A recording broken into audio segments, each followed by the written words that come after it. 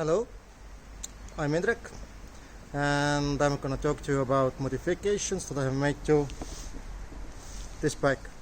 I've been owning the Ducati Desert Sled for the past 3 years and done 15,000 kilometers on it, and I've spent almost 5,000 euros on the modifications to it. And afterwards I'm gonna talk to you about my overall expression, owner's review of that bike. So let's get started. Perhaps let's start with the luggage. I want to remove it. The bike, I mostly ride it without the luggage. Okay, and why and how I ride it?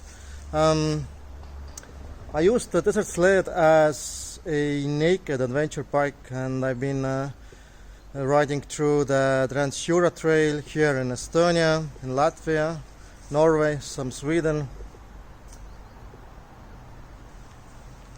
Adventure-like riding, avoiding the paved roads, gravel roads, forest roads, some single track. My friends like to take us into muddy stuff. The bike can cope with it. I do not like that much. But overall, your average adventure bike, just in a bit different package. So, what I like, okay, that's my quite typical adventure setup.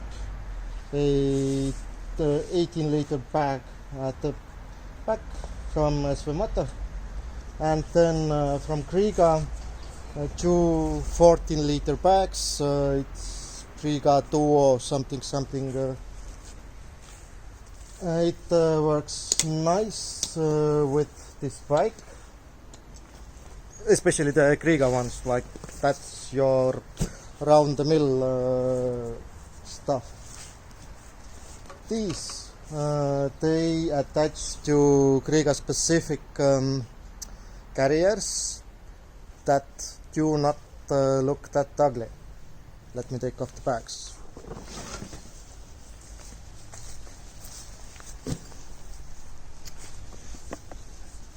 Okay, these are not Krigas, since I guess they are out of production. I wasn't able to find them anywhere, but I really liked the idea that you would have the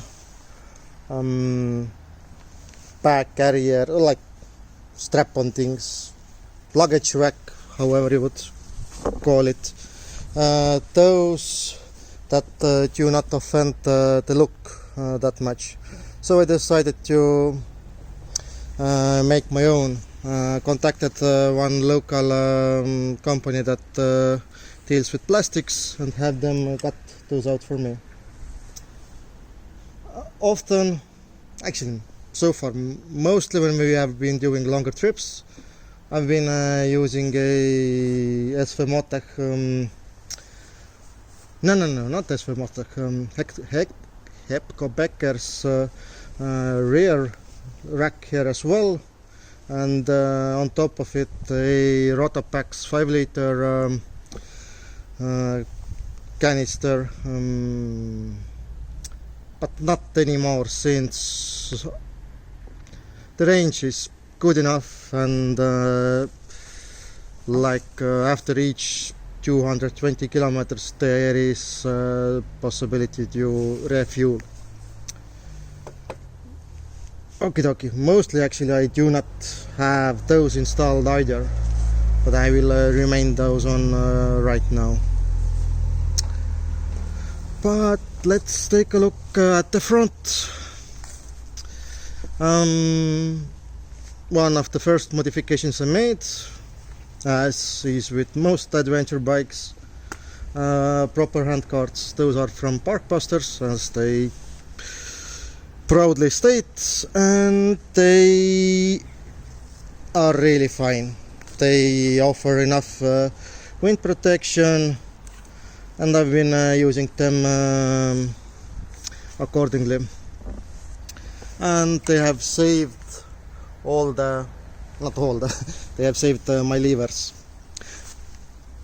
From the factory I ordered two accessories. A, heated grips, not the best looking, but not but then again not as wide as your Oxfords or something like that, and they are controlled by the menu system. And then I got the comfort seat as well. I'm 184 centimeters, so I wanted to get better ergonomics.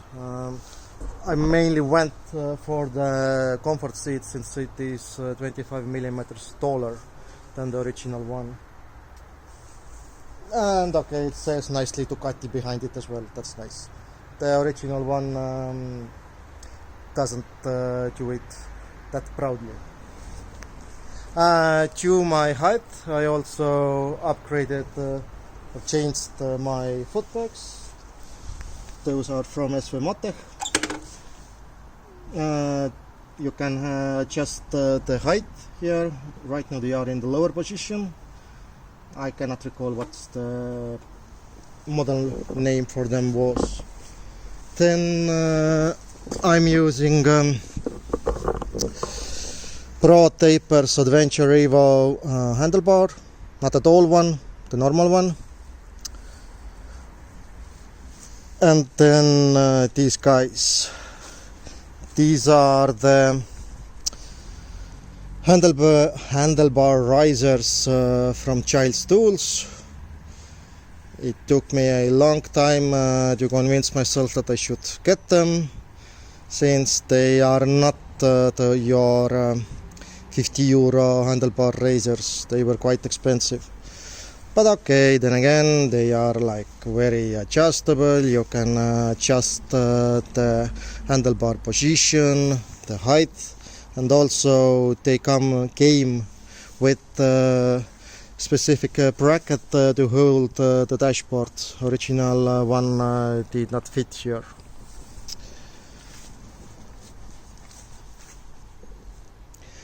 Pretty much from the beginning I decided to swap out the indicators, and I like these small M-place pin indicators in the front and in the back. They are tiny, like especially in the back, like they pretty much disappear from your view. Oh, let's see how they look.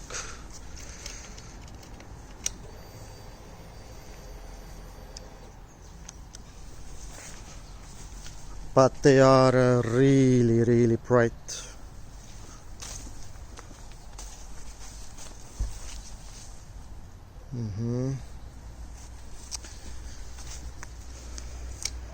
Moving on.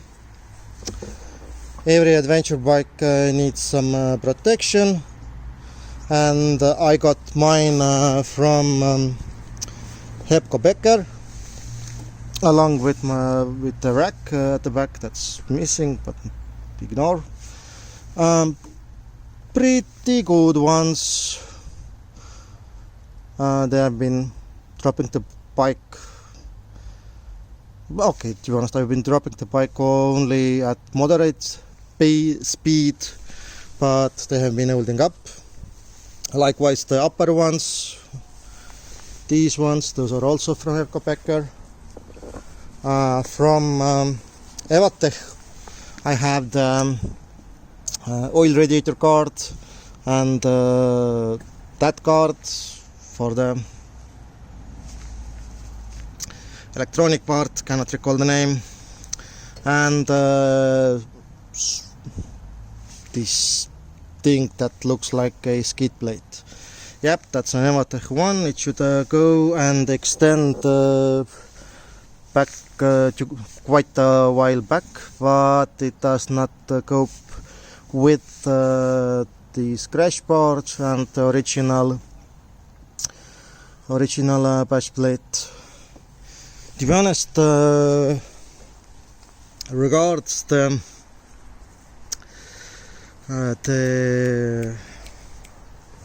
accessories or stuff that you can do with your desert sled, the bash plate is my biggest gripe. My other bike, actually my new bike, that unfortunately I will sell this one. I will be riding the D7. What made me decide to get the D7 is the excellent, in my opinion, the excellent skid plate from GP Mucci, which totally adds to the looks of this bike. Okay.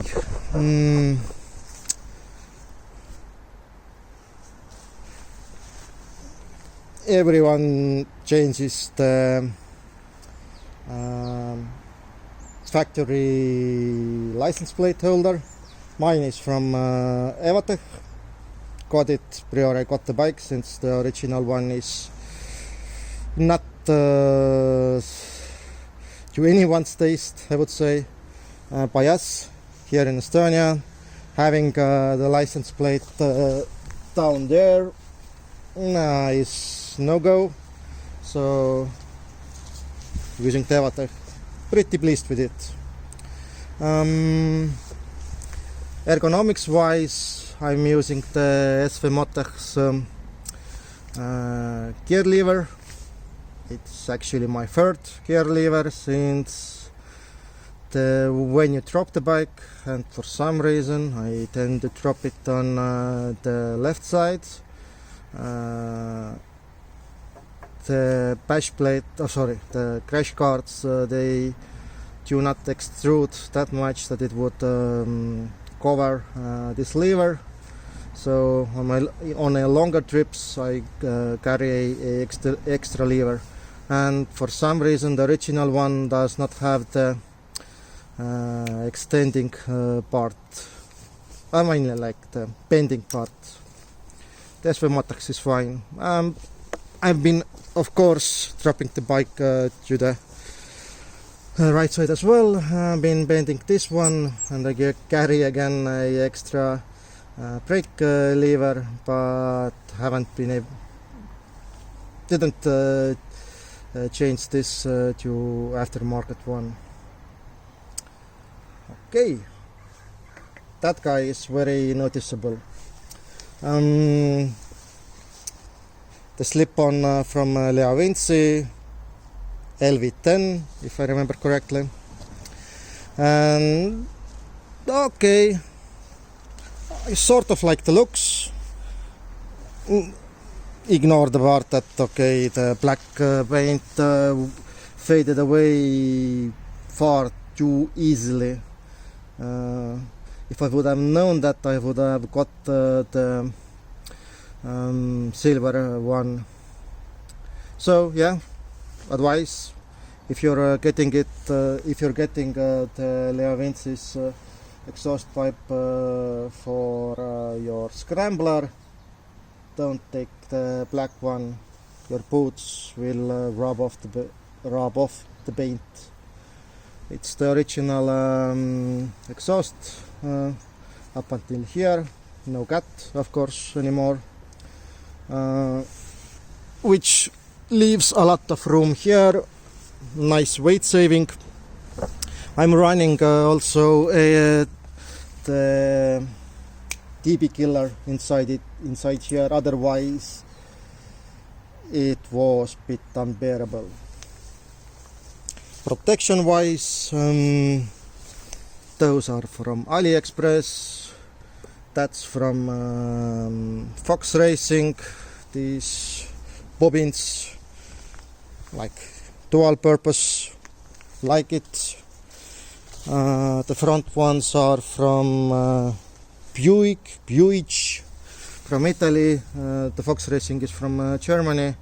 Those were really inexpensive. They offered front ones as well, but the front ones were too short. But okay, they were really inexpensive. What else? Okay, perhaps let's talk about the mirrors. Mirrors are tricky, at least to me. I didn't like the way how the bike looks with the original mirrors, so these ones that you see there right now, these are, I guess, my 4th or 6th try with mirrors. Been using different round ones that live here, then tried out some multiple round ones, and then tried stuff I found from AliExpressist that lived here, were sort of this shape, sort of decent, but too fragile. They tend to break quite easily. These ones, those are actually for snowmobiles, and I like the way that they do not break, at least not easily. I like that they are almost invisible. Nice pointy ears.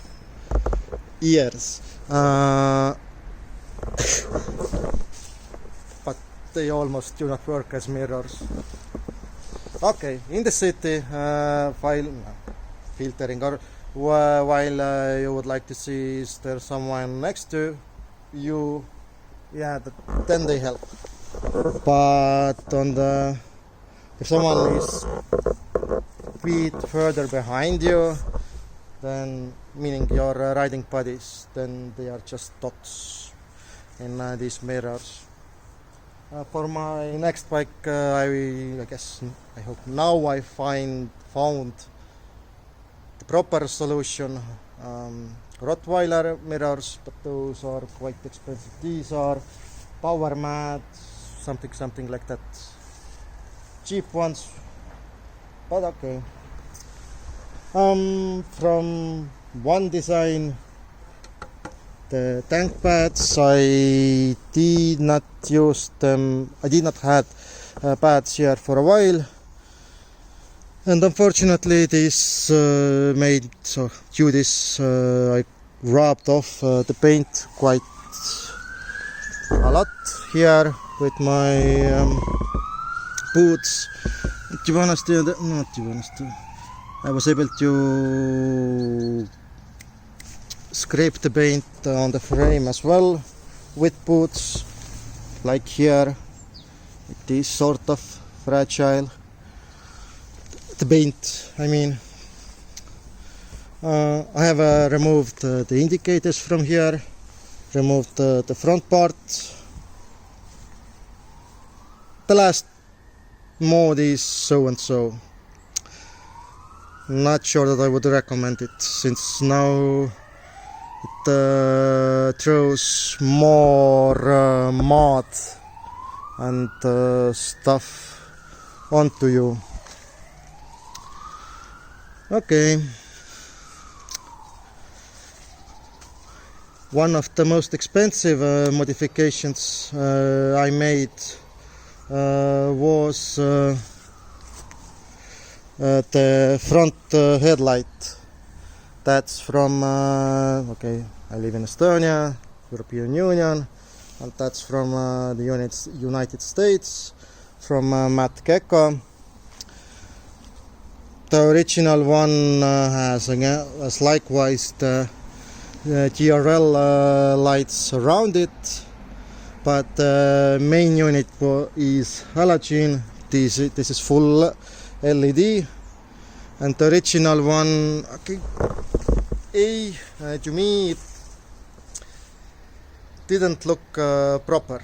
Like you have the LED around, and then like really bright white LED around, and then yellow yellow halogen inside it. That's full LED. Looks better to my mind, and of course it has a lot better illumination.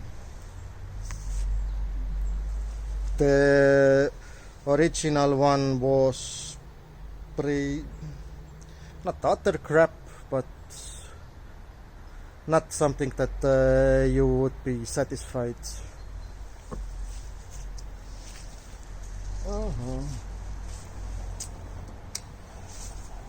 Then perhaps my favorite ever modification to this bike is something that you do not see right away, and that's the gearing.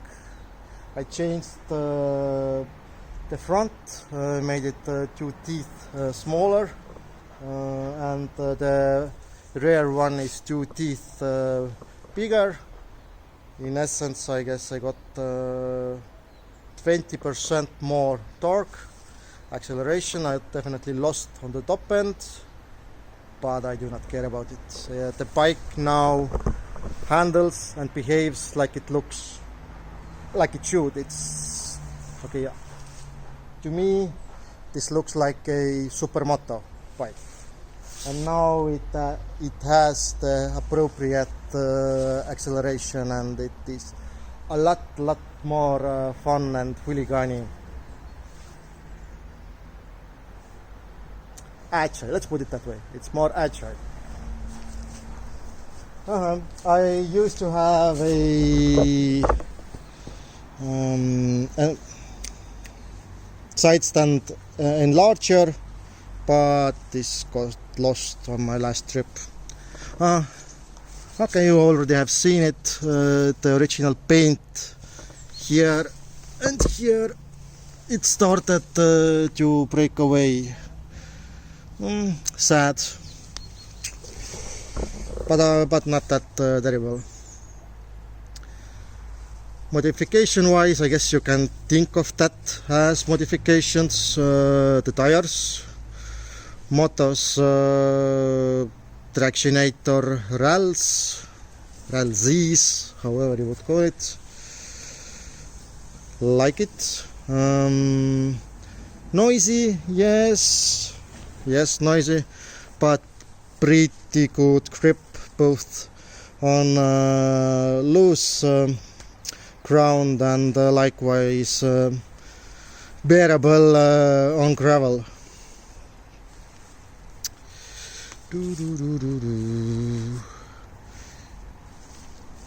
Two modifications that are not visible. A, using K and N air filter. Again, sort of recommendation: when you buy it, pay details to the model year for what you got the air filter. At first I got it from the filter for the 2017 till 19 model year. The air filter is different. Then I was able to make it work.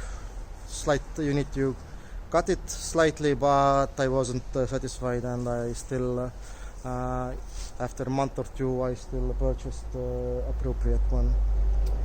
And second modification, and to be honest, that's just something that I have purchased, not taking fully into use, is a ECU tuner, flasher, however you call it.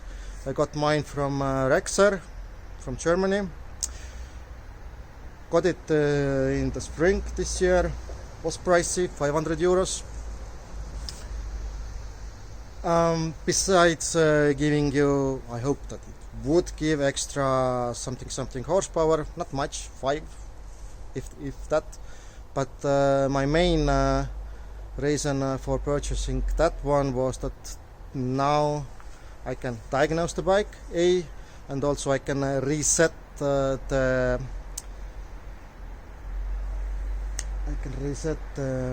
service lights after, of course, the service has been done. The second reason why I got the Rexer ECU tuner is that it allows you to reset the service warnings. Well, the bike is now past its warranty, and if possible I would like to maintain it by someone else than the dealer. Okay, fair enough. The last big Desmo service was still done by the dealer. Was pricey, but whatever. In a bit on that. As mentioned, as I wanted to mention, I got the tuner, the flasher, at the beginning of the spring. Then we had our big trip to Norway, but I wasn't able to get the flasher to work, and it took actually almost 2 months to solve this. Problem was the OBD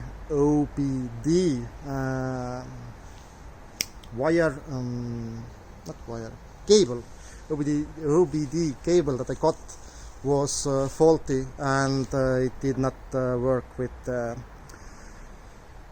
the bike. And during our big Norwegian trip, I decided that okay, it's time to move on, and I purchased the T7 soon after that, and I will leave the tuner to the next owner, whether they would like to use it or not. If not, it's possible, you can sell it. It's a device that you can tie only to one bike, like it hooks itself to the windcoat of the bike. Okay, let me see, is there anything else that I have missed? Saddle, those thingies. This guy, that's from this year's add-on. It's not as the manufacturer claims, it's not a cruise control, but it is a throttle stabilizer. In essence, it acts as a fancy rubber band that you can put between this part. Pretty cool. Was expensive. Okay, since beside just the purchase, you also had shipping. That's fine, but it was outside EU, so there was a customs fee, quite hefty one as well. Same with the Matt Geckos Light. This was pricey, but I'm really satisfied with it. Okay, I guess I'm done modification wise. Nope, not yet. There's more. Wind protection.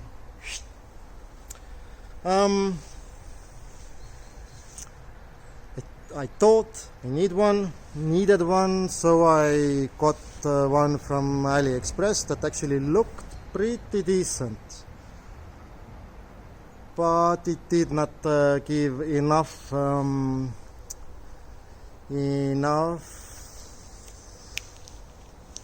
relief or enough comfort, so it would have justified it bit weird look on it, so